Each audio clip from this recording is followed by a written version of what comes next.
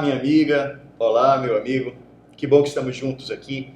E eu quero falar com vocês hoje, neste vídeo, conforme prometi, a respeito de emoções. Sim, às vezes nós nos tornamos reféns das emoções.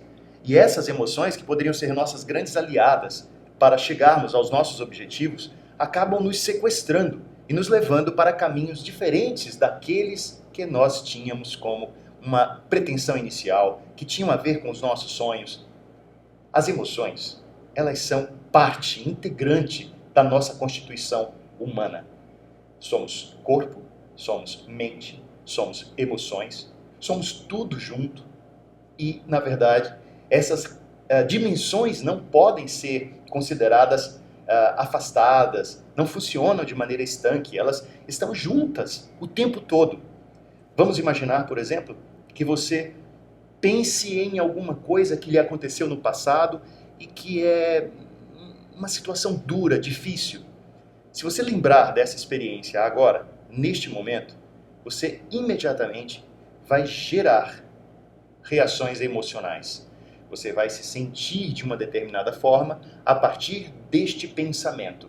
Mente e emoção estão profundamente conectados. Se você, por exemplo, estiver com o seu corpo numa posição que é uma posição apequenadora das suas sensações internas, esta posição do seu corpo afetará suas emoções. Há até uma brincadeira que nós gostamos de fazer, dizendo assim: você quer se sentir deprimido? Quer ter sucesso no objetivo de se deprimir? Passe um bom tempo do seu dia nesta posição, olhando para baixo, ombros arqueados, caminhando devagar. Esta é uma excelente neurofisiologia capaz de gerar emoção de depressão. Melhor dizendo, a sua fisiologia tem a ver com a sua neurofisiologia e isso vai favorecer um determinado tipo de estado. Como tudo é interligado, nós queremos dizer que as emoções, elas podem ser melhor administradas. E por isso, até o final desse vídeo, eu quero oferecer a você 3 grandes ideias, 3 grandes conceitos que podem ser observados para que você gerencie melhor aquilo que faz parte do seu mundo dos afetos. E dessa maneira, tenha mais condição de ser senhor das suas emoções e não ser reféns, ou melhor, refém delas. Vamos começar falando sobre as próprias emoções e aquelas que são básicas em relação a seres humanos. Nós gostamos de brincar dizendo que cinco emoções básicas compõem uma trama das emoções. E assim, tristeza é a primeira delas, dentro dessa trama. Isso é um acróstico para favorecer a sua memorização. Tristeza. Meus amigos, há possibilidade de ser gente, de ser humano, sem que em algum momento você tenha tristeza? O mundo traz determinados tipos de situações que nos entristecem, e isso é a coisa mais natural, a coisa mais comum. Nós podemos viver uma vida administrando a tristeza, fazendo com que ela não se transforme numa depressão, fazendo com que ela não nos abata por muito tempo. Mas não é possível viver sem alguma tristeza. O que queremos dizer é que as emoções que são básicas, lembrem, emoções básicas, que se configuram como pacote de ser gente. Essas emoções, elas são muito importantes para nós. Nem boas, nem ruins. Elas favorecem a nossa existência. Exemplo, se você está triste, você tem atitudes de triste, você tem expressões faciais de triste. E isso faz com que você, por exemplo, se entoque. E isso te protege. E isso faz com que você mergulhe no mundo interno e descubra soluções. A tristeza não te empurra para fora. A tristeza te leva para dentro.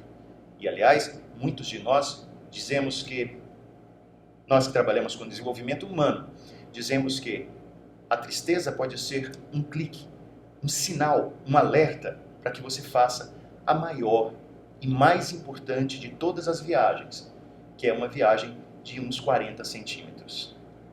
Daqui para cá, ou de cá para aqui. De tal maneira que você perceba que mente e emoção estão juntas. Um poeta já disse que para se ter um samba com beleza é preciso um bocado de tristeza, senão não se faz um samba, não. Na hora que nós temos uma tristeza, ela pode ser um impulso para a criatividade. Por que não? Eu, por exemplo, quando estou triste, eu pinto, eu componho, eu escrevo, eu medito a respeito da minha tristeza, eu reflito a respeito da minha tristeza. E este R aqui da trama? Qual deles, ou qual dessas emoções, qual desses afetos poderia começar com a letra R e que faz parte, este afeto, esta emoção faz parte do nosso pacote básico de ser gente? Você acertou, lógico, raiva. E não há ser humano, não há ser humano que não tenha raiva em algum momento. Eu sou um ser humano muito bondoso, eu sou uma pessoa muito tranquila, eu sou quase um monge, um Dalai Lama, e eu não sinto raiva. Amigos, não podemos nos enganar. Raiva existe e nós a sentimos. Somos gente, e ser gente significa ter tudo isso. A raiva pode ser decisiva para que nós possamos viver melhor.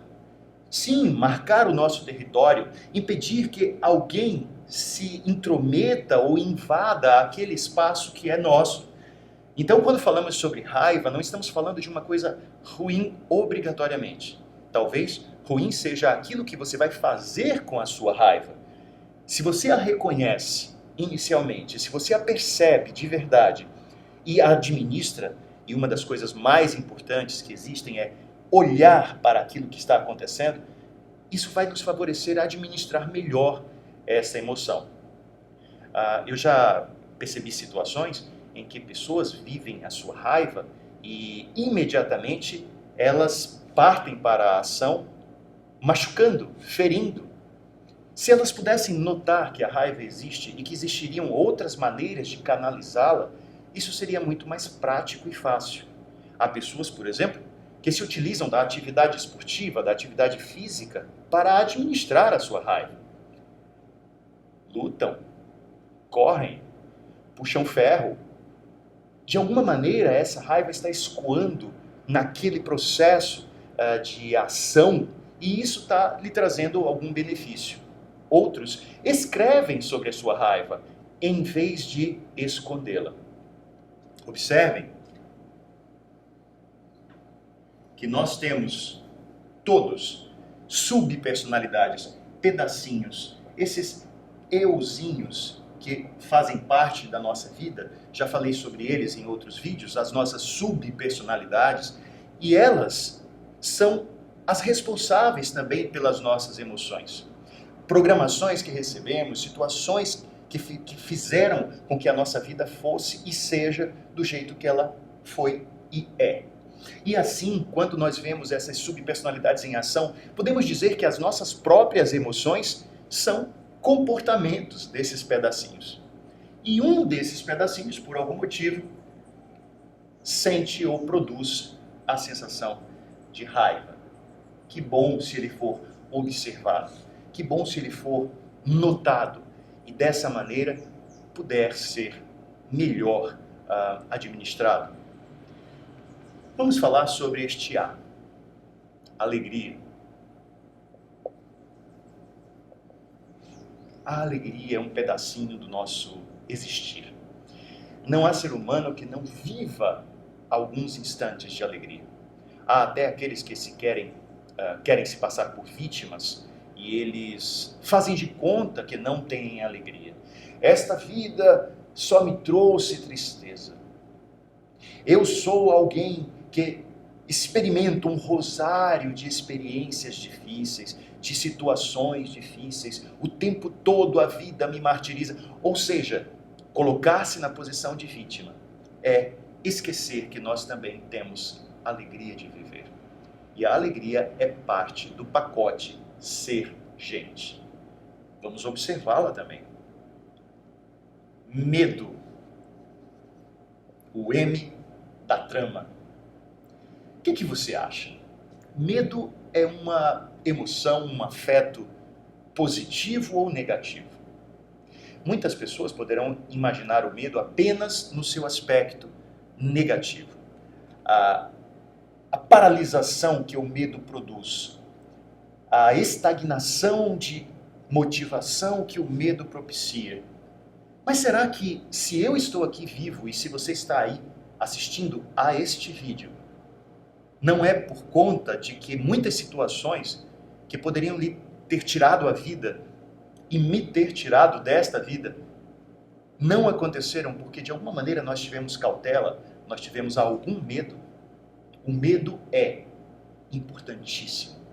O medo é uma emoção fundamental que nos permite viver algumas coisas e responder à vida de algumas formas muito especiais.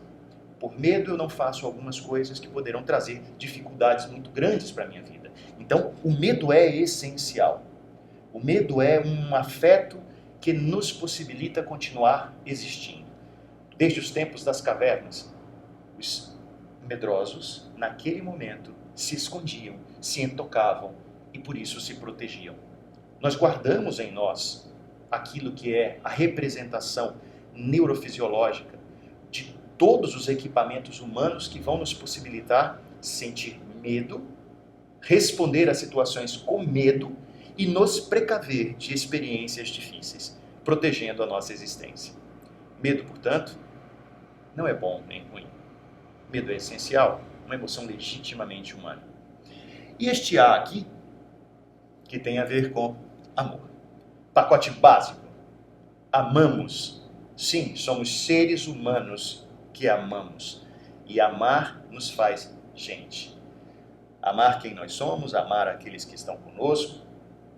E essas são emoções muito básicas, muito humanas. Todo mundo tem. Não dá para fazer de conta que elas não existem. Elas são nossas. Cada uma delas pode nos sequestrar. Podemos nos tornar reféns de cada uma delas. A tristeza pode nos fazer ver o mundo de uma forma acinzentada e pouco interessante.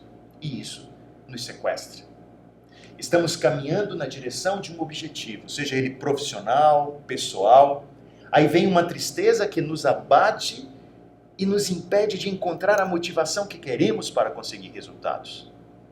Talvez você já tenha vivido isso. Eu já vivi em alguns instantes de ficar parado por causa da tristeza. Nesse momento, em vez de considerá-la como algo ruim, que tal começar a pensar o que é que essa tristeza está querendo me dizer sobre mim? O que é que essa tristeza está querendo me sinalizar? As emoções podem ser grandes sinalizadores. A raiva pode nos sequestrar? Sim, eu posso estar tão enfurecido diante de uma experiência que eu não consigo fazer com que a minha mente pense em soluções. Eu já quero partir para a agressividade, para uma ação destrutiva da relação com o outro, da relação com o mundo e da relação que eu posso ter comigo mesmo. Nós estamos falando de uma raiva numa dimensão negativa que está nos sequestrando. Alegria. A alegria é sempre boa, a alegria é sempre feliz. Se formos migrar para o pensamento lá atrás, século XVII, Baruch Spinoza, falando sobre o afeto da alegria. Que maravilha, a alegria é um agigantador do nosso potencial. Na verdade, para ele só existiriam dois grandes afetos, a alegria e a tristeza.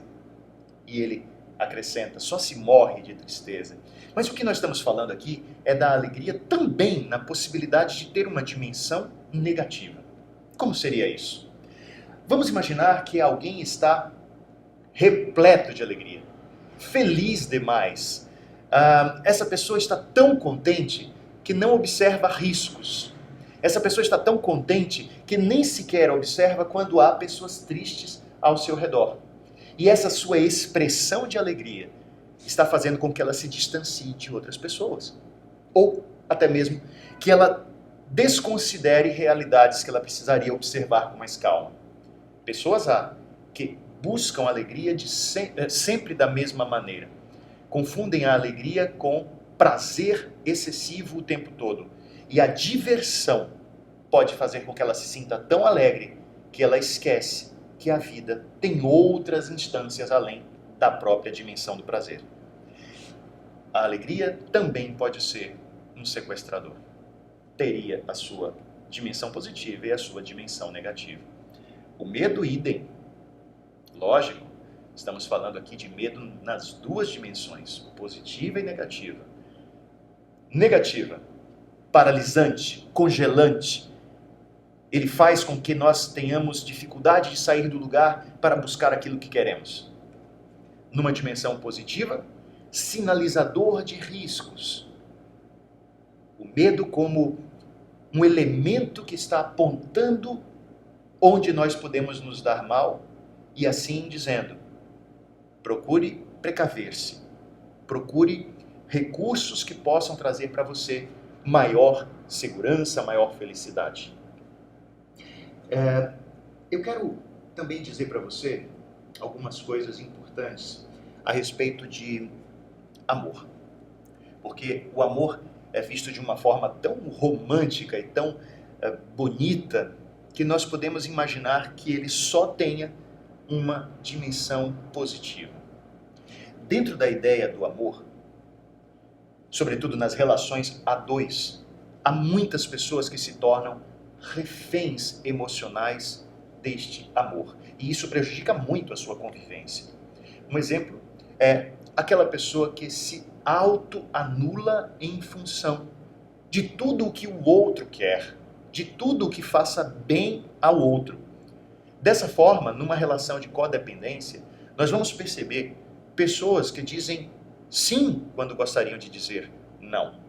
Pessoas que esquecem que têm vontades, que têm buscas, e dessa maneira elas se tornam reféns de um amor que pode ser profundamente destrutivo. E vivendo assim, chega um momento em que elas, esquecendo de si mesmas, podem viver a síndrome do ninho vazio. Essa expressão está muito associada à ideia daquelas pessoas que passaram tanto tempo contribuindo, ajudando o outro, que na hora em que o outro some da sua vida, seja ele o marido, a esposa, os filhos, esta pessoa se sente no ninho vazio. Não há nada para fazer, não há pensamento que a leve a buscar as suas próprias realizações. É um grande propulsor de uma vida infeliz, apequenada e de uma vida muito deprimida. Quando falo aqui dessa depressão, não é obrigatoriamente a patologia depressão, mas até mesmo uma depressão na maneira de se entender como gente. Tudo isso pode ser inimigo, sequestrador ou pode ser aliado. E é interessante notar como isso também varia em função de gênero. Claro, será que homens e mulheres sentem da mesma maneira ou vivem da mesma maneira porque estão encaixadas, essas pessoas estão encaixadas num gênero masculino ou feminino? O menino, ao nascer, por exemplo, recebe as mesmas informações e programações relacionadas à sua tristeza? Vamos lá. Homem não chora. Essa determinação, este comando, pode funcionar como uma programação profundamente destrutiva em relação a lidar com a tristeza para quem pertence ao sexo masculino. E no momento em que sente vontade de chorar, no momento em que a sua sensibilidade lhe mostra a tristeza, ele faz de conta que não a tem. Faz de conta que não é isso que está sentindo. Quem sabe até ele vai usar um recurso que nós chamamos de disfarce emocional. E não é a tristeza que ele quer mostrar, porque o homem não chora. Ele acaba mostrando sob uma expressão de raiva. E ele briga e ele grita e ele xinga. E quem olha assim pensa que ele está enraivecido, enfurecido. E na verdade o que ele está sentindo é uma tristeza muito grande, mas não pode expressá-la porque ele é homem. E as mulheres com raiva, por exemplo?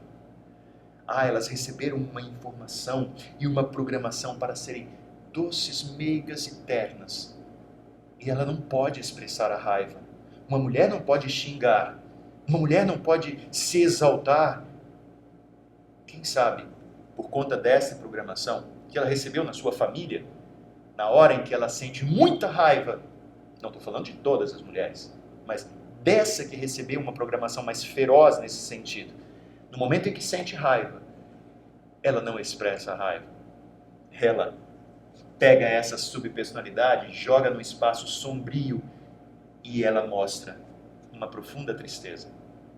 E se alguém a vê toda negociada, toda jururuzinha, toda tristonha, pensa que ela está triste, porque isso é permitido para ela, mas não pode notar que o que ela sente de verdade é a sua raiva.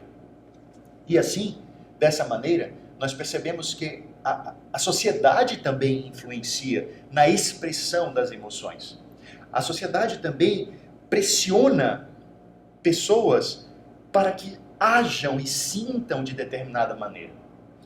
O medo, por exemplo, também está relacionado a essa questão da influência social, ao ponto de que homens têm muito mais dificuldade de expressar seu medo do que as mulheres. Dessa maneira, nós estamos vendo aqui como isso tudo pode nos sequestrar, como isso tudo pode fazer com que nós deixemos de ser quem somos ou de expressar o que sentimos para entrar num encaixe.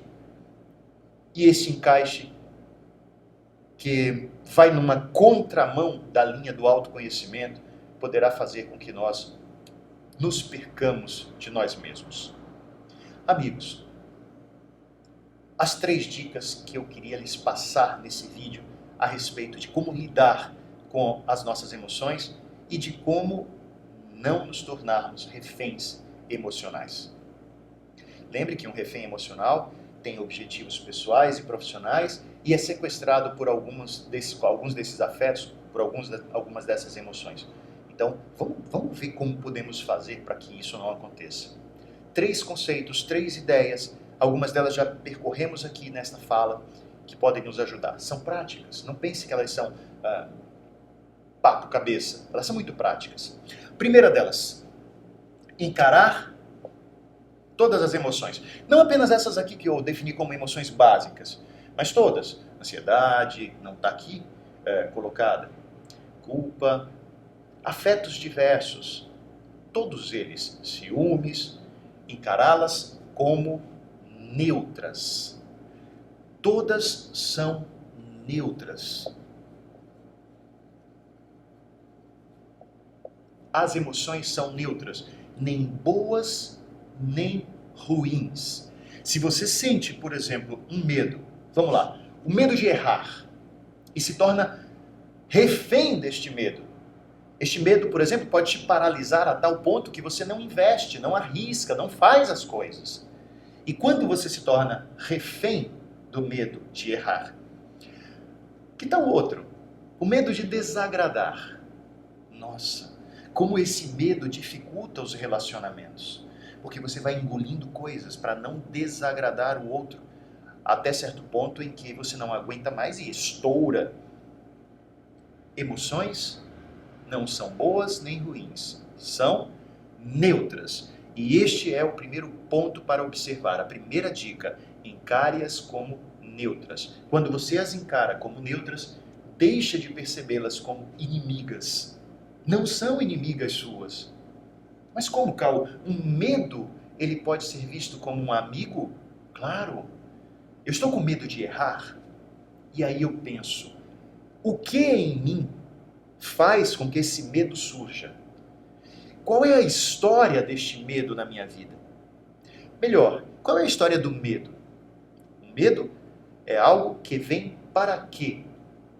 Qual o objetivo do medo? E quando eu começo a fazer essas ponderações, essas análises, eu vou conhecendo um pouco mais de quem sou. Quem eu sou que sente medo? Quem eu sou que vive essa realidade tão legítima, verdadeira e humana? E quando eu começo a perceber que o medo é parte minha, que o medo é um pedacinho dessa minha realidade, quando eu começo a enxergar o medo como parte minha, parte integrante da minha realidade, eu não me sinto mais escravo dele. Eu sinto que ele chega para me sinalizar algo. Então eu posso pensar, nossa, esse medo de errar está me trazendo o quê? Ah, eu estou observando que ele existe. Deixa eu fazer alguma coisa. Quem sabe eu começo a agir.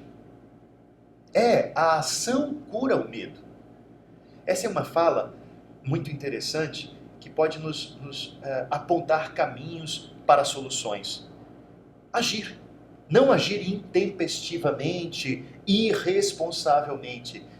Mas se eu estou com tanto medo de errar, e eu já tive isso, e de vez em quando eu descubro que essa realidade existe em mim, eu procuro melhorar isso agindo. Não me congelando, agindo. Mas eu não deixo de enxergar. Porque isso não é bom e isso não é ruim. É neutra, é uma realidade legitimamente humana. Segundo ponto. Vamos encarar como minhas. As emoções são minhas.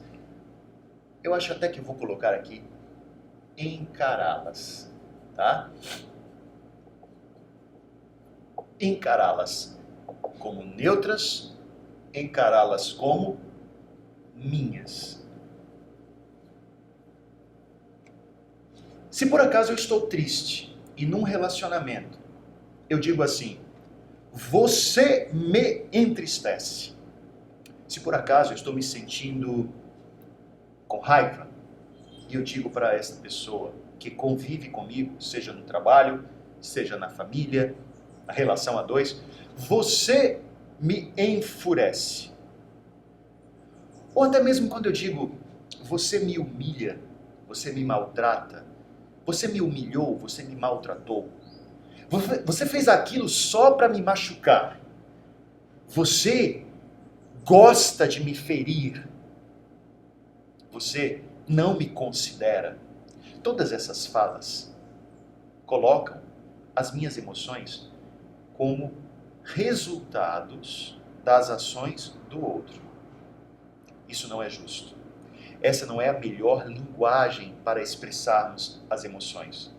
E o pior, elas fazem com que continuemos nos tornando reféns emocionais. Por que eu digo isso? Porque toda vez que eu digo que a pessoa fez isso comigo, eu saio do problema e me torno vítima. Eu deixo de ser protagonista. Se eu digo, por exemplo, quando você me diz tal coisa, eu me sinto triste.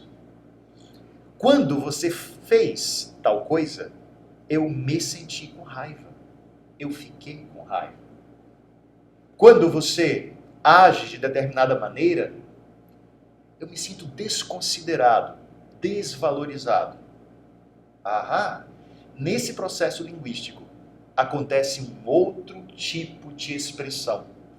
Eu estou considerando as minhas emoções como minhas. Eu me senti triste quando você fez isso. Eu me senti com raiva quando você fez isso. Elas estão na minha mão. Elas são minhas. E eu tenho muito mais capacidade de gerenciá-las quando eu percebo que não é o outro que está fazendo isso comigo. Até nós temos uma metáfora para falar sobre esse tema. Imagine você que aqui embaixo da minha roupa, sim, bem embaixo da minha roupa, eu tivesse uma queimadura ou um ferimento. Uma pessoa vem, passa a mão em mim, neste ponto, neste lugar. E imediatamente eu sinto dor. Eu olho para esta pessoa e digo, você me feriu. Não é justo? Porque na verdade, o que ela fez foi passar a mão nesta área do meu corpo. A dor é minha por conta de uma ferida que eu tenho nesse ponto. Quantas feridas emocionais nós temos? Segundo o pensamento numa linha analítica junguiana, quantos complexos nós temos e a partir das ações, das falas do outro, justamente ele toca um ponto e nós sentimos dor, e nós sentimos desconforto. E aí, não é justo dizer que isso foi produzido por esta pessoa. Provavelmente esta não era a sua intenção. Mas aquilo que produziu a dor, aquilo que produziu o desconforto, foi o fato de eu estar ali com aquela ferida. Faz sentido para vocês? Tem a ver? Vamos para a terceira dica. Encará-las como mutáveis. Elas são mutáveis. Elas podem se transformar. Chega de usar linguagem do tipo: minha natureza é assim, eu sou desse jeito. Toda vez que falamos coisas como essas, nós nos colocamos numa posição de estagnados. Se por acaso você sentir que tem sido um refém de alguma dessas emoções, dessas que são básicas ou de outras quaisquer, e você puder dizer: eu posso mudar isso, isso pode se transformar, isso é assim agora, mas pode ser diferente de um outro jeito, de uma outra maneira mais tarde. Toda vez que você considerá-las como mutáveis, você terá muito mais chance de fazer com que a sua vida pessoal, sua vida profissional se resolva. Chega de pensar que pau que nasce torto morre torto. Nós somos senhores daquilo que acontece conosco. Nós somos seres que deliberamos, que escolhemos. Tudo bem, não somos livres totalmente, mas podemos ser livres relativamente. Podemos ter alguma liberdade no sentido de procurar mudança, inclusive do nosso panorama emocional. Essa era, neste momento, a minha vontade em passar um recado para você a respeito das emoções que sentimos, a respeito de como elas podem ser decisivas para a nossa vida e de que você é um ser dono da sua vida. Tem condição de se conhecer mais e a partir desse autoconhecimento você vai fazendo transformações acontecerem gradativamente. As emoções são um pedaço da sua história e você tem direito de transformar a sua vida. Lembre da frase que eu sempre repito nas minhas aulas, nos meus treinamentos, do conferencista e escritor Jim Rohn. Biografia não é destino. Biografia é aquilo que você escreveu da sua história até hoje. Destino é o que você vai escrever a partir de agora. Seja mais capaz de gerenciar as suas emoções. Não pense em controle emocional. As emoções que têm que vir, elas vêm. Você não controla. Chegou o medo, chegou. É neurofisiológico. Chegou a alegria, chegou tristeza, chegou. Você não as controla, mas você pode administrá-las melhor. Como corpo, mente e emoção fazem parte de um sistema integrado, use sua mente também para agenciar melhor a sua emoção, pensando a emoção. Use o seu corpo para agenciar e administrar melhor a sua emoção. Está triste? Que tal contribuir usando uma fisiologia um pouco diferente, se é que você quer administrar essa tristeza, e não usá-la em seu benefício? O que eu quero dizer aqui, chega de dizer que a vida só pode ser de um jeito e não pode ser de outros. Você tem muito mais poder dentro de você do que imagina. Use as suas emoções, faça com que elas sejam aliadas e seja muito feliz. Um beijo para você, nos vemos nos próximos vídeos.